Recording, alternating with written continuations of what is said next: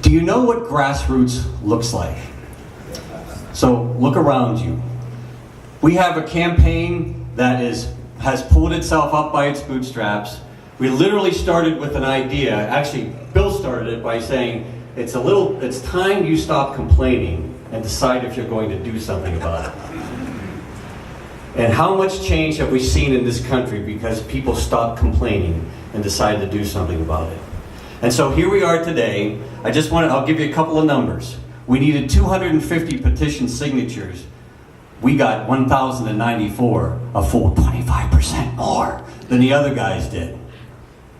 We are winning the battle of the yard signs, if you've seen them out there. We have billboards.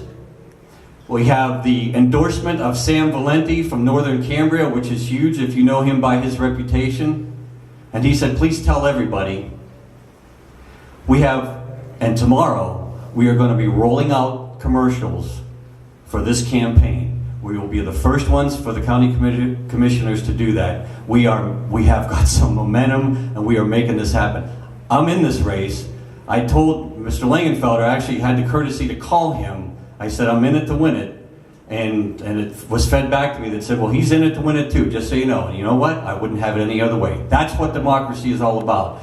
So we have built this campaign from the ground up, and I thank you all for doing that. My committee members are here. The members of the Ancient Order of Hibernians are here.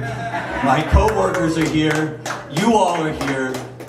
And I can't thank you enough. Now, I want to you know that I'm from this area, but you may not know the story. I actually grew up here. My wife and I, we went to high school together, and we both graduated from Westmont the same year, which I won't say.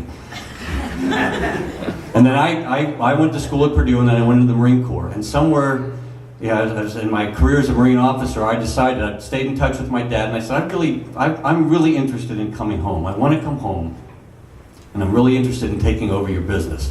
I'd like this, because I had worked there all through high school. My job was to detail new cars for people. I have some great stories of the years of doing that. And he said, well, times are a little tough right now. This was 1983. But I made the decision. I went out and I left the Marine Corps at exactly almost the minute that my dad's business failed. If you knew where his business was, the Dollar General on the bottom of Southmont Boulevard, the building that's across the street, that's now the storage for Conemaugh Hospital, and the cable TV company at the bottom of Southmont Boulevard. That used to be Skelley Motors for a good 25 years. I tell you that story because I don't want you to feel sorry for me. I just want you to know I'm a product of this area. And as I think about what's in front of us now, I remember Arthur C. Clarke, who you may remember as a science fiction writer, but actually started as a NASA scientist, and he was the man who first conceived of the space shuttle. And what he said was, the limits of the possible can only be realized if you push them to the impossible. And then the impossible becomes very possible.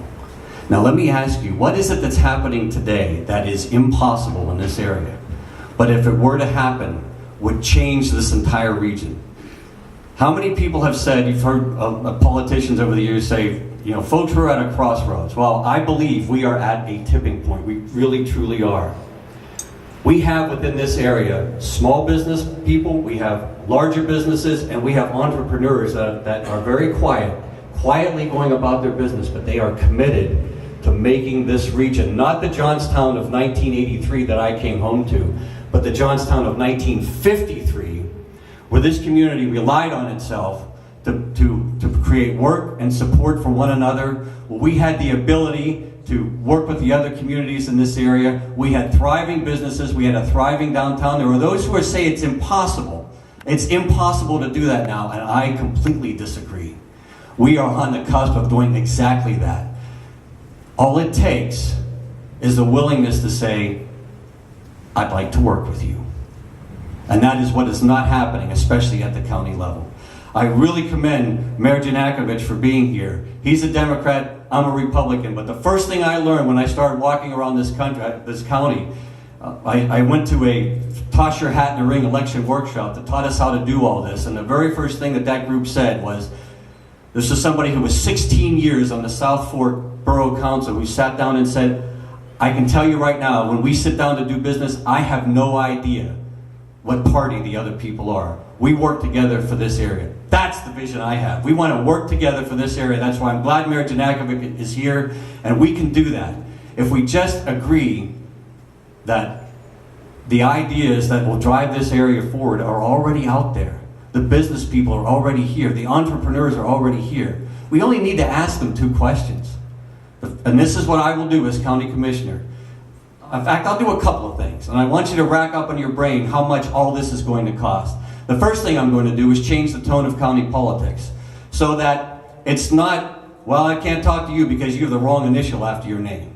No, I want to find out who's got the best ideas out there. And end this constant contentiousness and negative energy that is emanating out of that courthouse in Evansburg, and say, you've got an idea, you're willing to remove the word they from your vocabulary, and so that we can work on this together. If that's who you are, and that's what you're willing to work for the betterment of this region, you will have my support and my attention. We can work together. That's the first thing I'm going to do.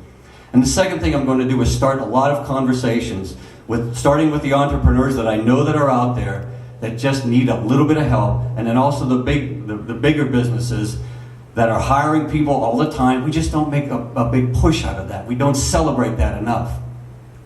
So my idea of everybody who's getting elected says economic development. Well, my first order of business is economic development. Mine's the same way. I just want to do it different. We don't need to convince somebody from outside this area to come in here and plop down a bunch of jobs. The people are already here. We just need to talk to them. We just need to ask them 2 questions. What is it that you want? What's the vision for your company? And how is it that we can help?